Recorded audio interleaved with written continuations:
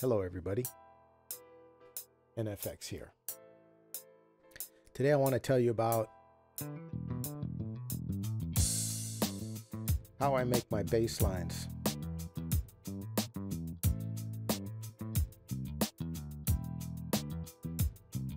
And really how I sculpt my bass lines.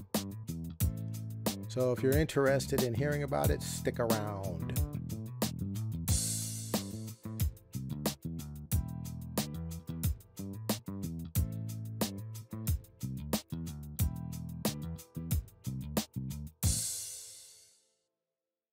Okay, you're still here. Thanks for sticking around. Okay, so let's talk about the bass line and how to sculpt one, because that's really what I want to talk about. But right before that, I just want to tell you guys I'm working in basically the A and E chords from the jam track, okay?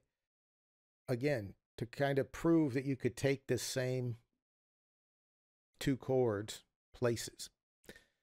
Not that it needs proving, but that's what I'm doing. So just to give you a recollection, this is our base of operations, our starting point.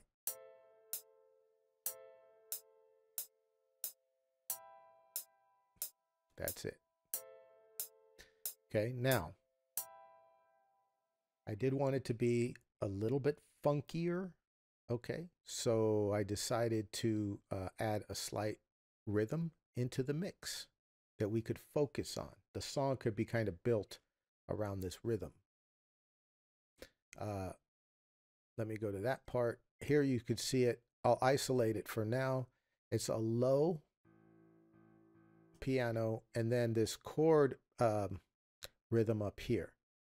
Kind of like a boom, boom, like a long, short sort of thing, right?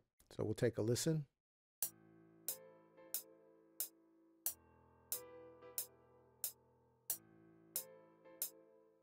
And we add the original piano part to it.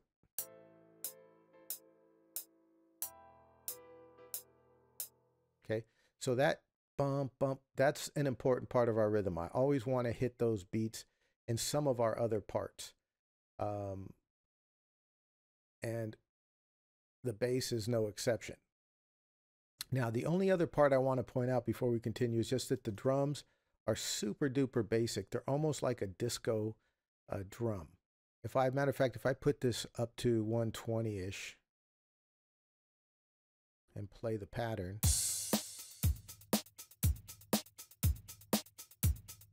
that might even be too fast for like a disco.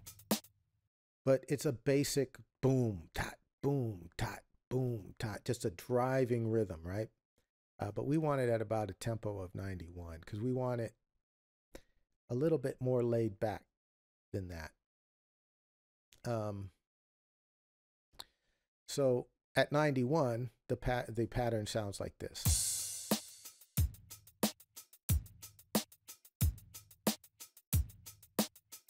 And I think it sounds nice. The hats actually have time to kind of breathe in that slower tempo. Anyway, so that's what we're starting with. So minus the bass line, our simple background or backing part, if you will, is going to be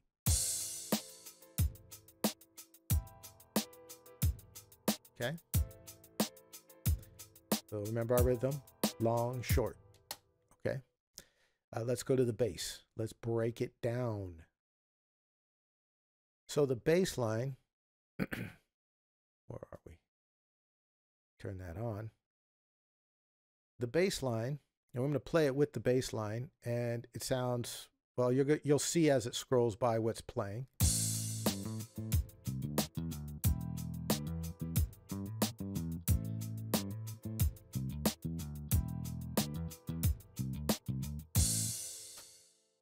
Okay, and then there's a lot of notes there, but this is what I'm trying to get at is I didn't play all this from the beginning. Like I didn't just go, oh, let me just play this, and then that came out. That's not what happened here, and it wouldn't happen normally that way. There's just too many notes for me to have freestyled it that nicely in one fluid motion, okay?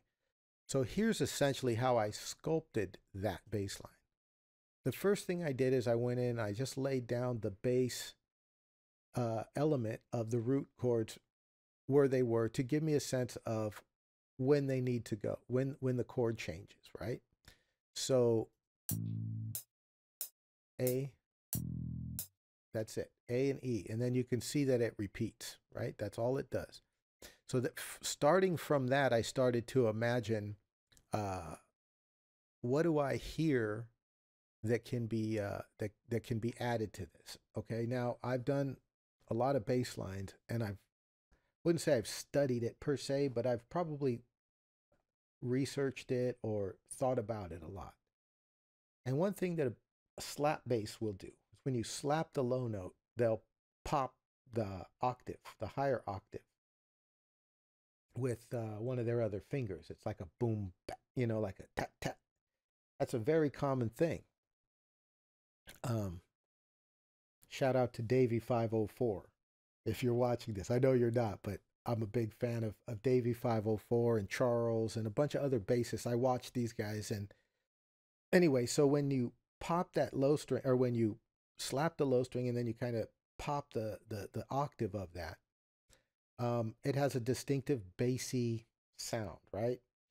So that's what we're going to do. We're just going to pop an octave. That's what I call it. So with the A, when the A plays, we want to pop into an octave from that A. So the A that's playing first, which is here,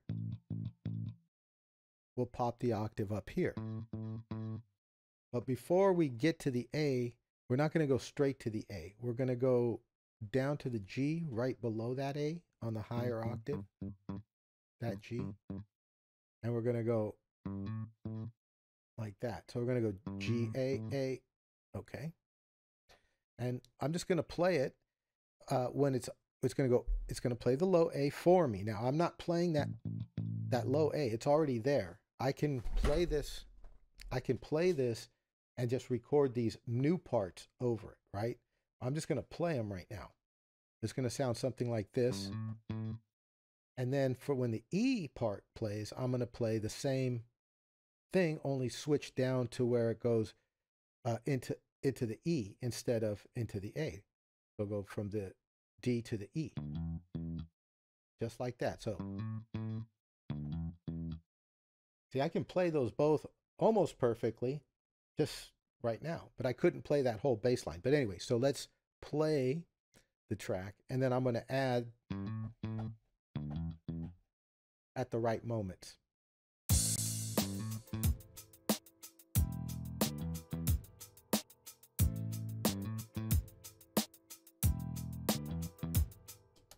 You hear that? So we're just popping the octaves, right?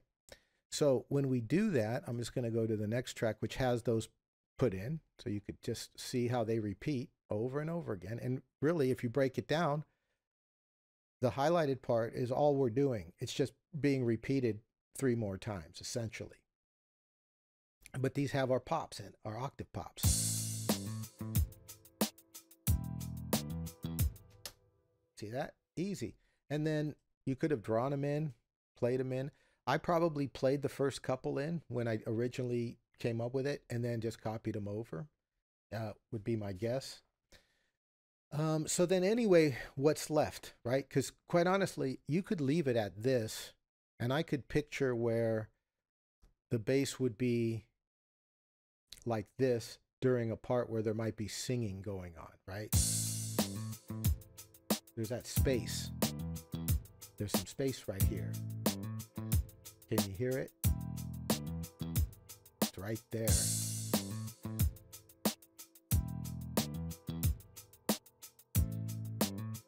Right? So that could be valid on its own, is what I'm trying to say. But I didn't stop there. No, I did not. So then, once I had this part, okay, and mind you, I physically clicked in, I got to look down at my keyboard, guys. My mic gets in my way, I apologize. Uh, I clicked those in. I didn't even play those. I clicked those in my original. Okay. On this part, whoops, up here, let's just say I came up with the part noodling around. When I heard doo doo doo, I was like, hey, let me keep that. Right. And then all I did was repeat it down an octave. And then I probably copied it over a few times. Easy. Right. I didn't play it all together. But once I had this much done, I started to think what would fill in. Right. Let me go to the right one. There it is. Right. And what I wanted to do was use the other notes, some of the other notes in the A minor pentatonic that we've been talking about in the jam tracks. So what I decided to do was, for the first part, I'd play something like okay, let me kind of point out what I mean by the first part. Okay, there's this going on. So I'm not going to play anything new right there. That's already done. But between there and this part, right? In other words, there's half of this bar is unoccupied with any notes. And my goal is to put some notes in there somehow. And what I'm going to do is use a repeating rhythm along with just using the notes of the scale. And the repeating rhythm I'm going to use is kind of like when we popped that note and we went, right? Picture if that was to go like twice, kind of sort of thing. But on different notes, like that. It's like just doing it twice, but one's going up, one's going down. So that's all I'm going to do. And let me just play it a couple of the filler for you to hear how it goes.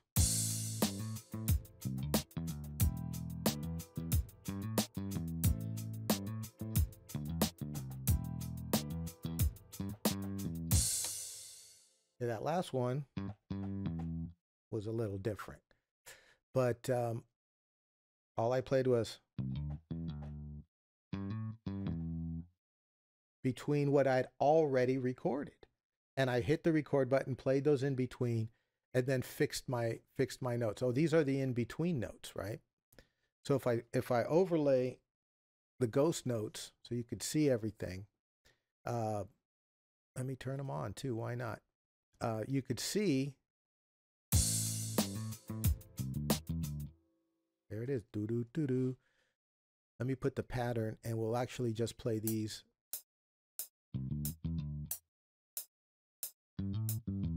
Same rhythm. That's the same part here as here. Same rhythm. This one's a little different. Same rhythm. And a fill. Okay. But I want to point out before I get to that fill, these parts are exactly the same. Okay. So if you remember, we broke this down into 2 bars. So what that means is the first bar in each of these sections shares that same exact part. Okay. Which helps to set a repetition that the listener can get into. Now, this part, and yeah, those 2 parts have the same rhythm as these other parts around them. They're just using different notes to make it a little more interesting. And then finally at the end here, this part, that's just a fill that's basically doing like a downward motion. It does go up and then down and up and down and up and down and up like that. If we take out these low E's, you'll hear it. It also shares the same rhythm. Just that's it. So let's take a listen. Right? And then we've added these E's down here just to kind of hit that note. Hit that low E a couple times, like if you were bop, bop, bop, banging it with the thumb. Something like that. Right? So then you put it all together. What do you got? Well, this is what you got. And you go, wow, how did I do that? I couldn't even play that right now if I wanted to. So there you go. That's how I sculpt a bass line. I hope it helped you. And I hope you learned something and can use it in your own production. And on that note, I'm just going to go ahead and play myself out like I've been doing for years.